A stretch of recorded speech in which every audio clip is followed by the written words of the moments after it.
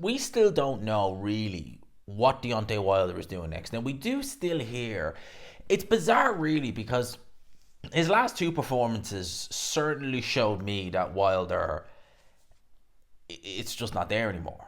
But there is still some people, and I think Turkey Al Sheikh might be one of them, who for some reason they still want to see Deontay Wilder versus Anthony Joshua.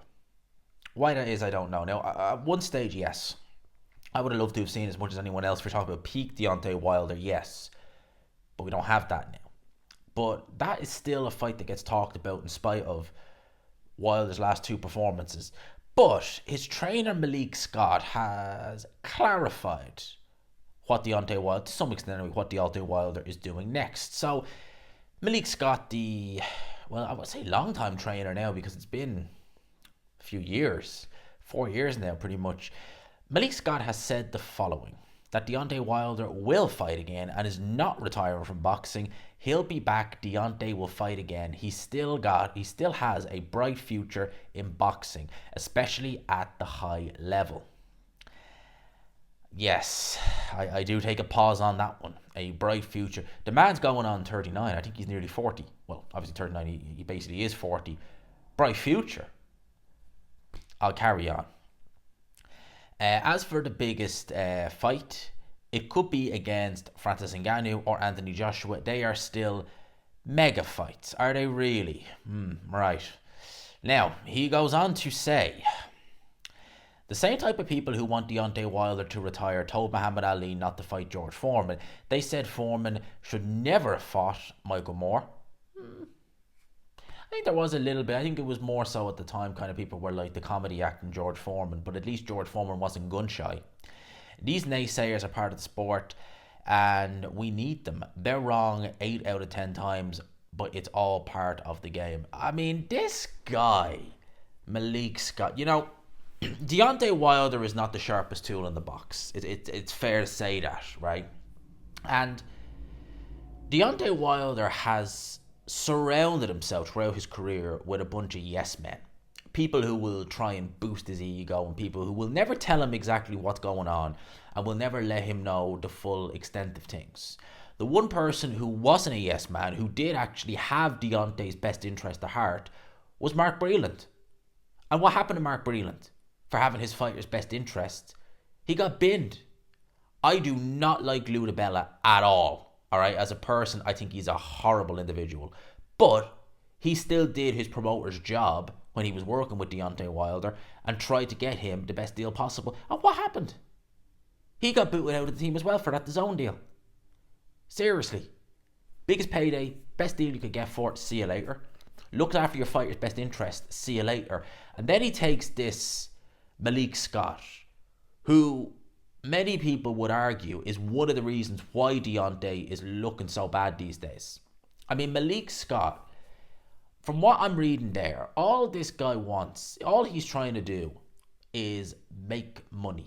He is trying to rinse money out of Deontay Wilder by telling them, oh yeah, they didn't think, Muhammad Ali was 32 years old when he fought George Foreman, by the way, just to put that in context. George Foreman was 45 years old when he fought Michael Moore. But here's the thing.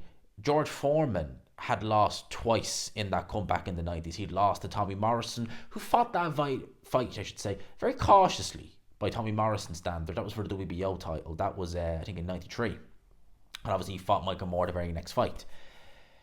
George Foreman had lost to Evander Holyfield. And what's the common thing about those two fights? Well, both fights were distance fights, and both fights were fights where Foreman did make an attempt to win. He did try to win, and he gave Holyfield, certainly round number 7, that was a very, very good round.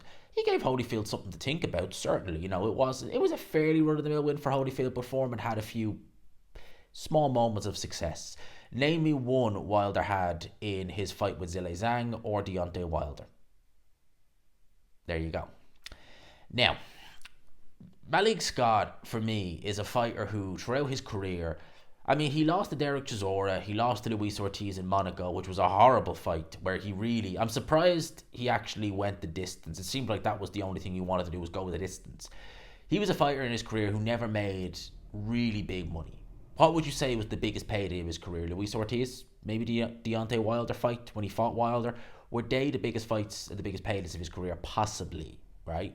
Now he's making the bag with Deontay Wilder as his trainer, getting a percentage of his purse. He's fighting on the Saudi shows. So all Malik Scott is thinking is, I've got Kate Abdu, I want to show her the good life, so there you go. That seems to be what it is. He clearly hasn't Wilder's best interest, because the way he was looking at, and here's the thing as well, George Foreman, he wants to bring up George Foreman. Okay, let's bring George Foreman up here. And you don't mention the Larry Holmes fight, do you, Malik Scott? No, you don't mention that. When Muhammad Ali wanted to fight Larry Holmes, people told him not to. If only he'd listened that time. George Foreman, as I said, lost to Tommy Morrison in 93 and Holyfield in 91.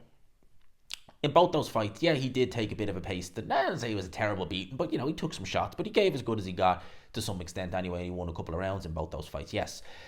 He didn't get knocked out. He was certainly beaten comprehensively, but he wasn't knocked out. He wasn't gun shy. He let his hands go. He let shots go. He let uppercuts go. He did what he needed to do against Michael Moore. He looked for that one shot. His jab was on point, and he ultimately took Michael Moore out. He wasn't gun shy. Deontay Wilder has been knocked out badly by Zhilei Zhang. If you want to go back to 2021, he was knocked out badly by Tyson Fury. And he fought Joseph Parker and was terrified to let even a single right hand go. So explain to me how that's the same. It's not the same. Deontay Wilder is further gone. And as well as that, Muhammad Ali in the George Foreman fight, again, he was 32 years old. He had lost to Joe Frazier. He'd lost to Ken Norton. He'd avenged both those losses. And Muhammad Ali was down against Joe Frazier in the first fight, but he was never... he was never knocked out. He was never knocked out badly like he was against Fury, like he was against Zhang, and took that big beating in the second Fury fight. That never happened to Muhammad Ali. He was never beaten like that. Deontay Wilder in both those Fury fights took what's akin to a car crash. Seriously, took akin to what would have been a car crash. And then he gets knocked out badly by Zhilei Zhang. And yes, Malik Scott is determined to get him back in the ring so he can make some more money off Deontay Wilder before it's all said and done. Again, doesn't care about his fighter, just wants to make money. And Deontay Wilder, and again, saying that Deontay Wilder has a bright future. The man is 39. He's lost, 4 times? He's won 1 fight. Deontay Wilder, since 2019, since November 2019, has won 1 fight. Against Robert Helenius 2 years ago. So there you go. I think Deontay Wilder needs to pack it in. If he does stay on, he needs to... It's too late now. I mean, it genuinely is. It's too late now. But change the flipping team.